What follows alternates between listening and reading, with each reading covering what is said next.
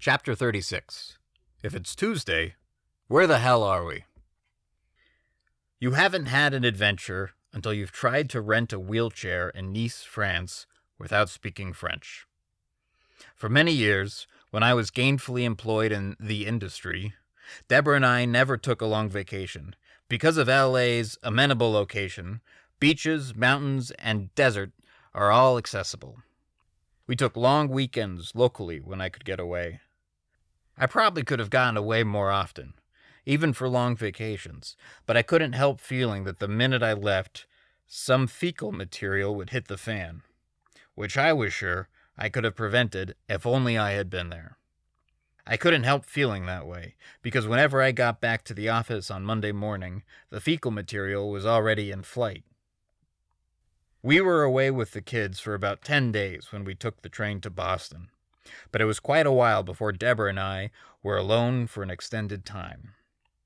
Once we planned a week at Rancho La Puerta in Tecate, Mexico.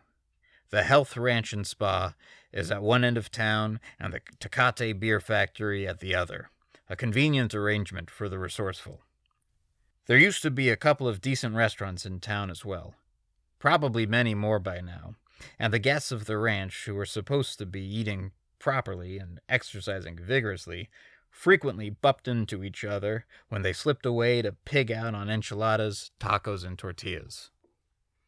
Deborah and I were gone a couple of days when we started to miss the girls and raced back home, only to find them unconcerned with our absence and indifferent to our return, splashing in the pool with the sitter.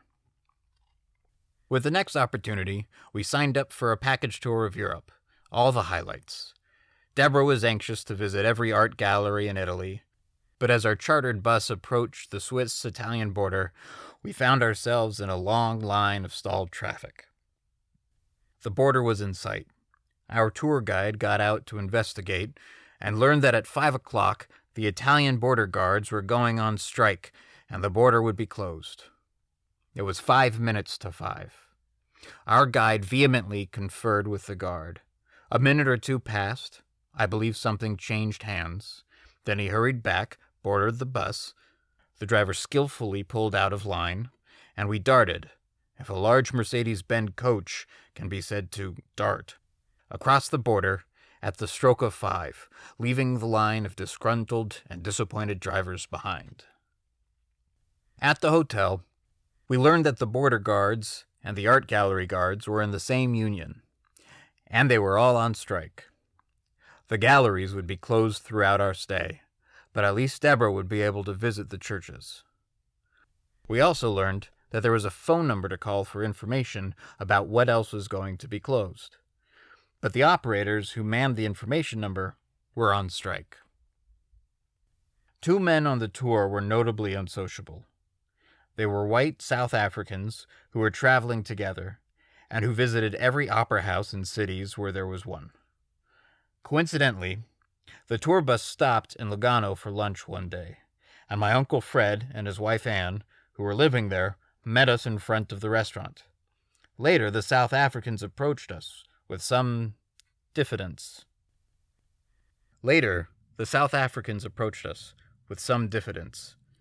Was that Anna de Cavalieri, the soprano?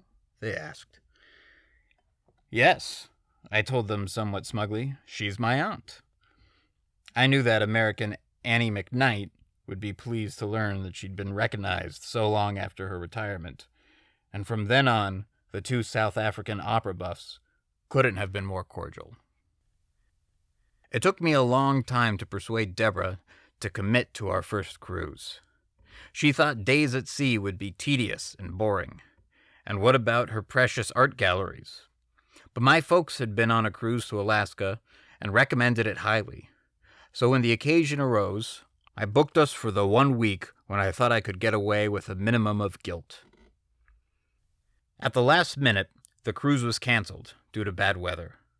The only substitute available in the same week was 7 days to Baja. It was our first cruise. We were greenhorns. We knew nothing about cabin location, first and second seatings in the dining room, short excursions, getting good seats to the shows, nothing. There was only one available cabin, and we soon discovered why. It was located directly above the nightclub. May I say that the Baja cruises are congenial and festive, but they can be boisterous. Subsequent cruises from Montreal across to Nova Scotia and down the east coast to the Bahamas, and from Vancouver to Alaska, finally, then to Russia, China, Korea, and Japan, were much more successful. But on the last one, our cabin was above the galley. The kitchen workers got started about 5 a.m., and regrettably, so did we. They were a noisy bunch, and there was a lot of pot and pan begging. If we listened carefully, we could tell what the menu was for the day. When we complained, we were offered another cabin in a worse location and a bottle of complimentary wine. Our second motor coach tour of European locales was an entirely different story. We covered 10 dozen countries in 14 days, packing, unpacking, eating, dozing on the crowded bus, no Mercedes this time, sightseeing with mobs of other tourists from dozens of other tour buses, walking, running to keep up with the group when we became interested in something the others didn't care about, hurriedly shopping in tourist traps, packing and unpacking again, looking for laundry facilities. In one country, more than halfway through the tour, I remember being directed to a laundrette about a mile away from the hotel. I walked the unfamiliar streets with an enormous, lumpy pack on my back, like St. Nicholas himself. Then, when I triumphantly found the place, I spent a good deal of time there trying to catch my breath, folding and making the correct change for the smaller-than-at-home machines. The return trip to the hotel was backbreaking. In Florence, hurrying along a narrow cobblestone sidewalk, Deborah tripped and, we thought, twisted her ankle. She was in great pain, and her ankle began to swell, but she bravely struggled on. By the time we got to Nice, she could barely walk. Nice was our last stop before Spain, the only country we had not visited before, and one which we were looking forward to. We were in a lovely hotel 3 short blocks from the beach, and some of our companions had sea views. We were across the hall in a small, cozy room with a view of somebody's clothesline. As the rest of the tour embarked on their itinerary, Deborah and I took a cab to a nearby emergency clinic, where we found a friendly doctor who had trained in the U.S. and who spoke impeccable English. He said Deborah's ankle was broken, put it in a cast, and told her to stay off it. In Nice, which is beautiful and where the weather was fine, not wanting Deborah to miss anything, I set about trying to find a wheelchair. Our hotel was around the corner from a large shopping district, with expensive stores, numerous cafes, and, as luck would have it, a pharmacy, which, according to items in the window, rented medical equipment. I speak no French. Deborah used to speak French fairly well after a couple of years of college classes. When we double dated with the particular couple, the girls chatted in French interminably. And then when we were parked on our favorite hill and ready for romance, and it was very annoying. Bound for France, on our first tour, Deborah confidently advised me not to worry. She would handle everything when we arrived. During our entire stay, the only words that came out of Deborah's mouth were in Spanish. The people in the pharmacy smiled politely as I tried to explain the situation, pointing to my ankle, forming a swollen circle with my hands, rotating them like a wheel, making pushing motions. Several clerks conferred, and then one of them went to the phone. After an animated conversation, the clerk hung up and indicated that they'd have a wheelchair for me in the morning. I thanked them and left to pick up supper for me and Deborah at one of the local cafes that provided takeout. I learned that they had a deal with the hotel, where the kitchen and dining room were undergoing renovations. As we ate in the room, I made phone calls to rearrange our departure for home. Spain was out, and the tour would continue without us. Our stay in Nice would be somewhat protracted, which would be okay with Deborah if I could get her out of the hotel room. Next morning, I was at the pharmacy early, just after it opened. The wheelchair was not. My new friends made me understand that I'd have to pick it up from a special facility across town, which did not deliver. They wrote the address down for me in French, of course. If Deborah had been with me, I would have enjoyed the cab ride. The place with wheelchairs was not just across town, but it was far across town, and I got an unexpected scenic tour of the real city, away from the tourists. After getting lost a few times, the driver found the right building down a narrow side street that looked more like an alley. He pointed to my piece of paper and the sign outside to reassure me. When I got back to the hotel with the wheelchair, flushed with success, I know it's a cliche, but that's what I was, I found that the open wheelchair couldn't fit through the narrow doorway of our room with Deborah in it. Fortunately, the tour had moved on.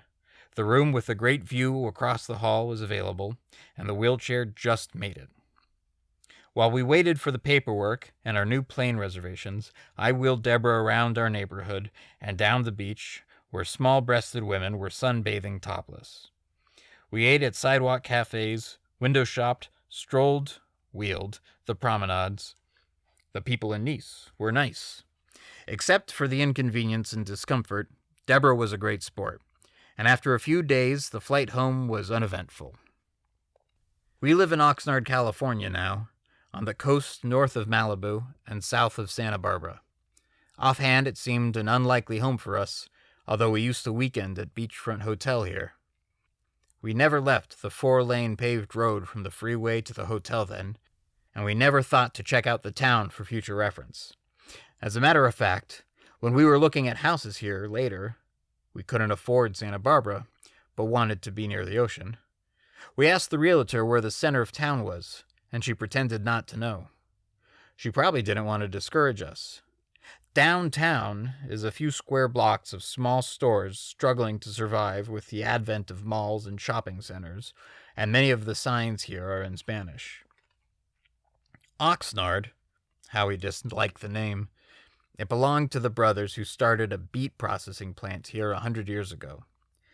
I want to call it Anacapa, after one of the islands off the coast. Is the middle of lush agriculture, lush at least before the developers moved in. Now it's gradually beginning to look like another cluttered, overcrowded San Fernando Valley, just over the Conejo grade, with dozens of new businesses every year and hundreds of houses squeezing out the lemons and strawberries for which the place has become famous. But one edge of Oxnard is resort-like, on or near the beach at Yacht Harbor, which is 4 miles from us. The weather here is great year-round, and, given the development and growth, we have all the amenities we'll ever need. So this is our dilemma. Do we keep looking for another vacation spot that, 1, we haven't been to already, and 2, has anything to offer that we don't already have here? Or do we just start mailing our distant friends and relatives picture postcards from beautiful, exotic, downtown Oxnard?